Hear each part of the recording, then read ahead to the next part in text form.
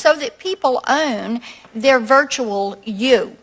And Mr. Altman, I was glad to see last week that your OpenAI models are not going to be trained using consumer data. I think that that is important, and if we have a second round, I've got a host of questions for you on data security and privacy. But I think it's important to let people control their virtual you, their information in these settings. And I want to come to you on music and content creation, because we've got a lot of songwriters and artists, and I think we have the best creative community on the face of the earth there in Tennessee.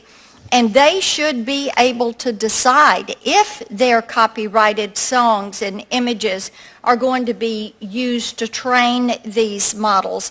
And I'm concerned about OpenAI's jukebox. It offers some re-renditions in the style of Garth Brooks, which suggests that OpenAI is trained on Garth Brooks songs. I went in this weekend and I said, write me a song that sounds like Garth Brooks, and it gave me a different version of Simple Man. So it's interesting that it would do that, but you're training it on these copyrighted songs, these MIDI files, these sound technologies. So as you do this, who owns the rights to that AI-generated material? And using your technology, could I remake a song, insert content from my favorite artist, and then own the creative rights to that song? Thank you, Senator. This is an area of great interest to us. I would say, first of all, we think that creators deserve control over how their creations are used and what happens sort of beyond the point of them releasing it into the world.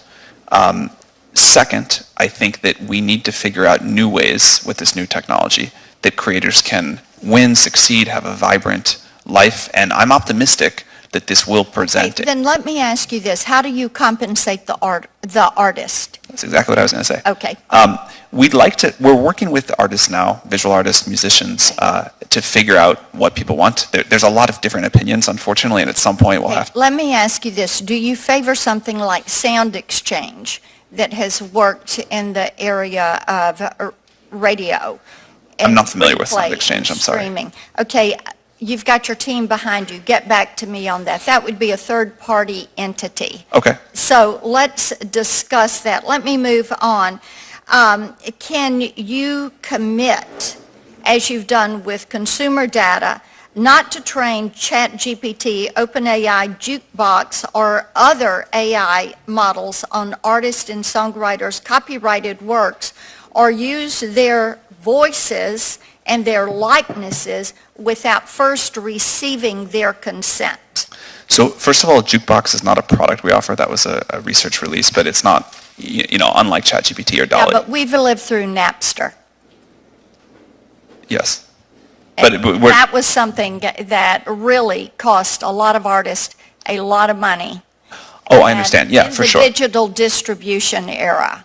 I don't know the numbers on Jukebox on the top of my head as a research release. I can follow up with your office, but it's not, Jukebox is not something that gets much attention or usage. It was put out to show that something's possible. Well, Senator Durbin just said, and I think it's a fair warning to you all, if we're not involved in this from the get-go, and you all already are a long way down the path on this, but if we don't step in, then this gets away from you. So are you working with the Copyright Office?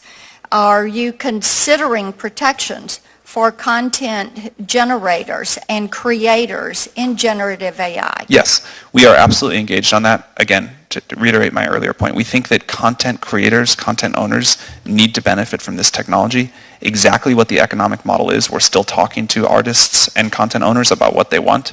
I think there's a lot of ways this can happen, but very clearly, no matter what the law is, the right thing to do is to make sure people get significant upside benefit from this new technology, and we believe that it's really going to deliver that, but that content owners likenesses, people totally deserve control over how that's used and to benefit from it. Okay, so on privacy then, how do you plan to account for the collection of voice and other user-specific data, things that are copyrighted, user-specific data through your AI applications? Because if I can go in and say, write me a song that sounds like Garth Brooks, and it takes part of an existing song, there has to be a compensation to that artist for that utilization and that use. If it was radio play, it would be there. If it was streaming, it would be there. So if you're going to do that, what is your policy